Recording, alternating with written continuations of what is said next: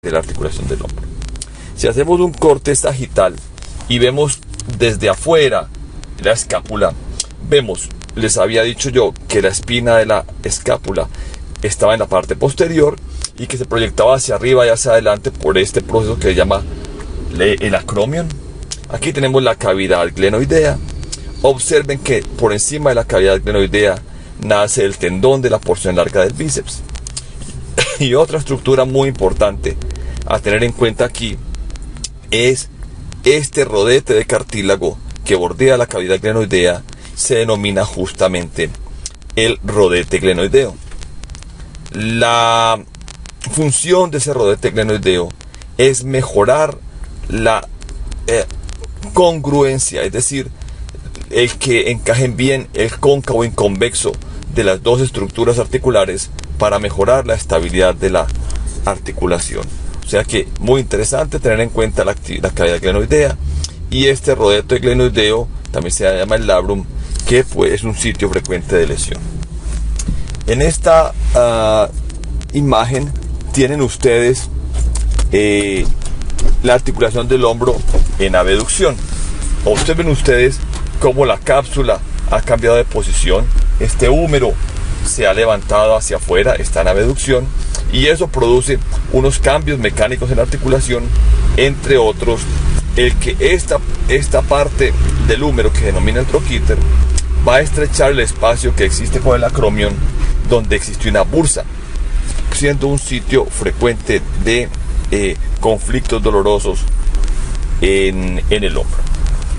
Esta imagen nos empieza a mostrar ya músculos. Observen ustedes, esta es una cara anterior de la articulación.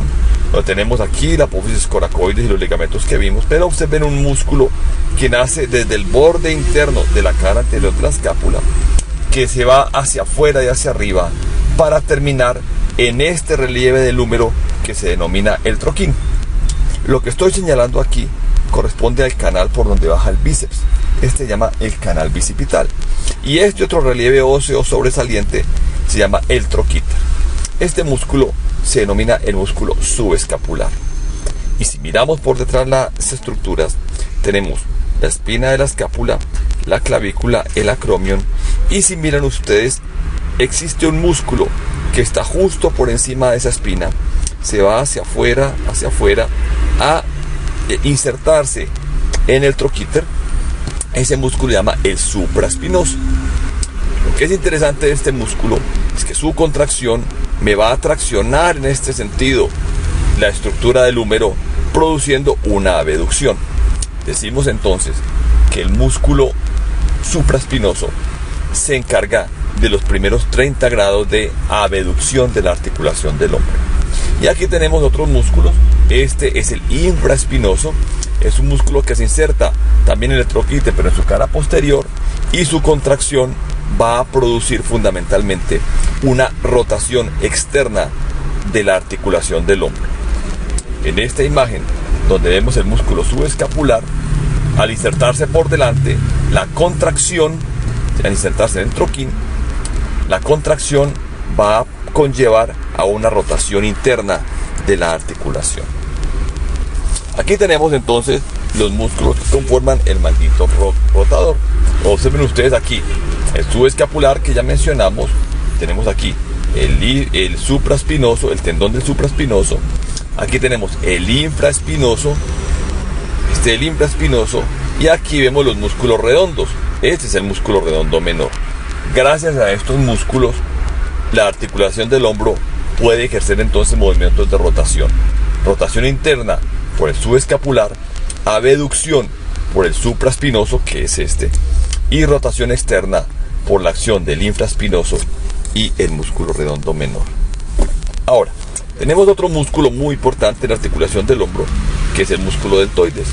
El deltoides tiene tres porciones: una porción clavicular anterior, que nos da lugar al deltoides anterior, una porción lateral que se inserta en el acromion y que se inserta en la parte bien lateral del húmero, y tenemos una que no alcanzamos a ver, que es posterior, que es el deltoides posterior. Bien, los tres músculos al contraerse contribuyen a la abducción del hombro. Habíamos dicho que los primeros 30 grados eran por cuenta del supraespinoso. Pues bien, el resto de los grados de abducción son por responsabilidad del deltoides, particularmente el deltoides medio. El deltoides anterior, además de hacer abducción, me lleva el brazo hacia arriba y hacia adelante, mientras que el deltoides posterior me lleva el brazo hacia arriba y hacia atrás. Este músculo es muy importante porque es aquel que le da el relieve a la articulación del hombro. Aquí tenemos la anatomía del bíceps braquial, un músculo muy importante porque es aquel que garantiza la mayor parte de la flexión del codo. Lo primero que hay que decir es que al llamarse bíceps está poniendo de manifiesto que tiene dos tendones donde se origina. Un tendón largo, esta es la porción larga del bíceps, que se origina en la fosa supraglenoidea de la escápula, y un tendón corto que nace en la apófisis coracoides. Esos dos vientres musculares se dirigen hacia abajo por la cara anterior del brazo. Debo repetir que por la porción larga del bíceps se mete en un canal óseo del bíceps que se denomina el canal bicipital, que es sitio de muchos conflictos del tendón, y se van a unir los dos fragmentos en la parte del brazo para terminar en un solo tendón, lo ven ustedes acá, que se va a insertar distalmente, no en el cúbito, sino en la tuberosidad bicipital del radio. Cuando veamos la biomecánica del codo, explicaremos por qué es importante siempre tener en mente cómo se inserta el bíceps braquial distalmente para poder comprender los movimientos del antebrazo. Esta es una imagen de un paciente que ha tenido una ruptura completa del tendón de la porción larga del bíceps. Al desinsertarse ese fragmento, que es el que vemos, estoy representando acá, el paciente va a mostrar un abombamiento por un acortamiento anormal de esa porción larga del bíceps. Observen ustedes aquí la porción larga del bíceps, cómo puede entrar en conflicto por encima de la fosa supraglenoidea por los espacios tan estrechos en los que recorre. Vamos a hacer una pausa y ya continuamos.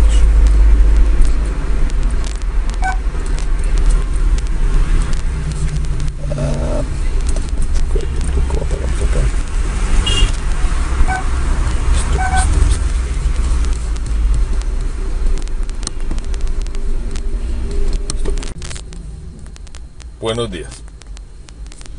Hoy vamos a realizar una sesión a través de una ayuda en el computador, un video, en el que vamos a revisar la biomecánica de la articulación del hombro. Este es un ensayo.